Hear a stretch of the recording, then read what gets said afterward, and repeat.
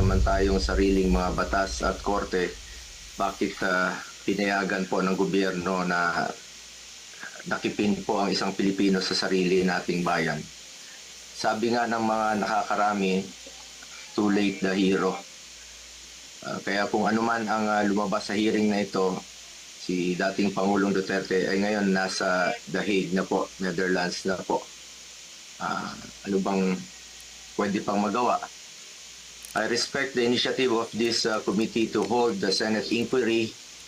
Bagamat nirespeto natin ang pagdinig na ito, sinasabi ko rin po ang aking mga hinanakit na parang too late na po. Walang problema sa akin mag-hearing kahit araw-araw po. Pero tanong, may babalik niyo pa ba si Tatay Digong? Yan ang tinatawag ko na too late the hero na po. Useless lahat ng hearing na ito kung hindi na po may babalik si Tatay Digong. Kung kaya, pakiusap ko lang, kung kaya niyo po siyang dalahin doon in less than 1 day, sa loob po ng 13 na oras, dapat kaya niyo rin po siyang ibalik dito sa lalong madaling panahon. Dahil nangungulila po ang Pilipino at hindi kayang tanggapin ang nangyari sa kanya. Bilang isang mambabatas, nandun ako sa NAIA nung lumapag ang eroplanong sinasakyan ni dating Pangulong Duterte. Hindi po ako pinayagang makapasok. Pinababa nga ako sa sasakyan eh. Hindi po ako pinapasok doon sa Villamor Air Base. Pero nakiusap po ako na unahin na lang po yung doktor niya at yung ambulansya. Lahat naman may constitutional right to seek medical attention when needed. Lahat ng Pilipino, dating presidente man o normal na mamamayan, lahat ay may karapatan na masiguro ang kalusugan at kaligtasan. Nakakalungkot na isang bagay na ating ipinaglaban para sa Pilipino, hindi maibibigay po sa dating Pangulo na minamahal ng marami. Ganyan ba po ang dapat na trato sa taong minahal ang bayan at minahal din ng taong bayan? Madam Chair, mataas po ang aking respeto sa kapulisan. Lalo na po sa mga babae, mataas po ang aking respeto sa kanila. Nung nakaraang administrasyon, nanumbalik ang respeto ng ating mga kababayan sa kapulisan. Taas noo po ang ating kapulisan, ang ating mga sundalo. As its highest ang respeto sa PNP. Inuna namin ang pagtaas ng sahod ng uniform personnel dahil alam namin kung ano ang sakripisyo ninyo para sa bayan. Ako mismo bilang SAP noon, ako po nangulit noon na may sakatuparan po ito dahil minahal namin ang kapulisan. Ngunit nakakalungkot, Madam Chair, na noong nandun ako sa NAIA, nakikita niyo naman po sa video, nagtanong lang po ako sa PNP spokesperson kung saan kami dapat pumunta. Dahil sabi ni Chief PNP Marbil sa 250 po.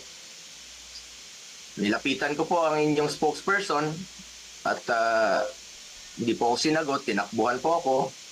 Sana naman bilang spokesperson, konting sagot lamang po. Konting respeto, sumusunod naman po kami sa batas. Hindi naman siguro dapat ipagkait sa atin ang respeto at higit sa lahat ang katotohanan. Sa totoo lamang po, ilang beses na po nagsinungaling si now Brigadier General Jean Pardo. Sana po, ma'am, bilang spokesperson, totoo lang po ang sabihin mo, alang-alang sa bayan. Your duty is to be loyal to our flag and to our country. Minahal namin kayo ni dating Pangulong Duterte. Sana, konting respeto lamang po. Kung nagawa nyo yan sa akin, magsinungaling, mas nagagawa nyo po yan sa ibang tao. Respeto lamang sana. Gaya ng pagrespeto at pagmamahal namin sa uniform personnel. Pangalawang beses na po ito na hindi ka sumagot ng totoo. Sa interview mo, sinabi mo nagpupunas lang ng pawis ang ilang pulis na nakuna ng video na umiiyak habang inaaresto si Pangulong Duterte. Mapigilan mo bang umiyak? Nasasaktan po yan. Doon lamang po tayo sa katotohanan at piliin nyo lang laging magsabi ng totoo alang-alang sa bayan. We must always entrust our loyalty to the Filipinos, to our flag, and to our country. Yan naman po parating sinasabi ni dating Pangulong Duterte sa inyo. Just be loyal to our country and to our flag. Last, gusto nating malaman kung may nalabag ba na proseso ang pamahalaan, nabigyan ba po ng due process ang Pangulo, dahil kung seryoso tayo sa pagbibigay ng hustisya, unang konsiderasyon dapat ang karapatang pantao at ang pagsunod sa due process. Sa totoo lamang po, hindi na po tatakbo si Tatay Digong sa inyo. Hindi na niya kayang tumakas. At alam niyo po yun. Hindi na niya kaya kayong takbuhan. Dahil hirap na nga siya maglakad, nagsusungkod na nga lang po siya. Imbis na umunlad, bigla tayong umurong. OFWs, pinapauwi natin. Noon, ginagawa natin ang paraan. In fact, dating Pangulong Duterte, sumusulat yan sa mga king o sa leader ng ibang bansa para makauwi. And even nagre-raise tayo ng blood money para makauwi lang yung mga kababayan natin. Pero bakit baliktad niya yan? Bakit isinuko po ang sarili nating lahi? Hindi ko lubusang matanggap na siya ay nililiti sa ibang bansa gayong siya ay isang Pilipino. Samantalang mayroon naman tayong maayos na judicial system sa ating bansa na nirerespeto. Kasarinlan yan bilang isang bansa. May sarili tayong batas, may sarili tayong proseso, may sarili tayong korte at ang nagkakasala sa ating bayan. Madam Chair, this is now a matter of principle, justice, and humanity. Hindi ba't may sarili tayong sistema ng hustisya? Kapag may Pilipinong nagkasala, dapat tayo po ang husga. We must protect our citizens and we must stand as one.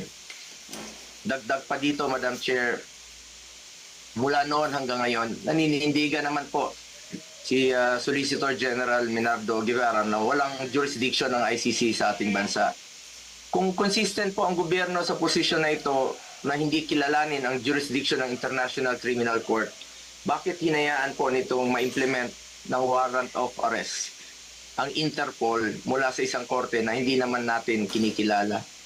Kung wala naman talagang jurisdiction at may warrant of arrest ang Interpol o ICC, sana binigyan muna ng pagkakataon ng gobyerno through the proper authority like judicial court na i-verify o suriin ang validity ng arrest sa warrant.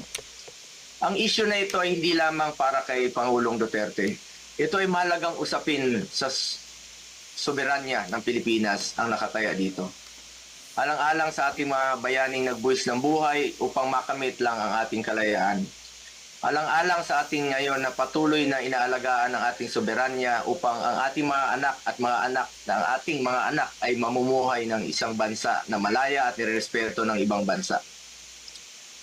Ang bawat Pilipino, mataas o mababa man ang katayuan sa buhay, dapat may gobyernong masasandalan na hindi siya pababayaan. Former president man o hindi, karapatan yan, lalo na po pagdating sa kanyang kalusugan, kaligtasan at buhay. Sa huli, bagamat andon si Tatay Digong na buong tapang na hinaharap ang kasong isinampa sa kanya, tulad ng kanyang paulit-ulit na ipinangako, napakasakit po sa dibdib na pagkatapos niya isakripisyo ang kanyang sarili para sa kinabukasan ng ating mga anak at ng bawat Pilipino, ni isang Pilipino ay hindi huhusga sa kanya. Imbis na ibigay sa Pilipino ang paghusga sa mga ginawa ni dating Pangulong Duterte na paglaban sa droga at kriminalidad, sadly, hindi po ganun ang nangyari. Sabi ko nga, para sa akin, Pilipino po ang dapat humusga sa totoong sitwasyon sa bansa. Kung mas nakakalakad na po ba ang ating mga anak noong panahon niya, hindi po nasasaktan, hindi nababastos. Kayo po ang humusga. Pilipino po ang dapat humusga. Minahal tayo ni Tatay Digong. Ginawa niya po ang lahat para sa bayan. Tanda na po siya. Ayaw na nga niyang tumakbong presidente. Pero ginawa niya po ito dahil yan po ang kanyang sinumpaang tungkulin para sa mga kababayan nating Pilipino. Pero ngayon, hindi lang si Tatay Digong ang inialay at ipinamigay ng ating sariling kababayan. Gusto lang inialay at ipinamigay din ito ang karapatan ng Pilipino na husgahan ang ating sariling kababayan at magdesisyon kung ano ang mas makakabuti sa ating bayan. As I said, March 11 was indeed the saddest day in our history. Sana po, hindi na po ito maulit. Marami pong nasaktan na Pilipino. Salamat po.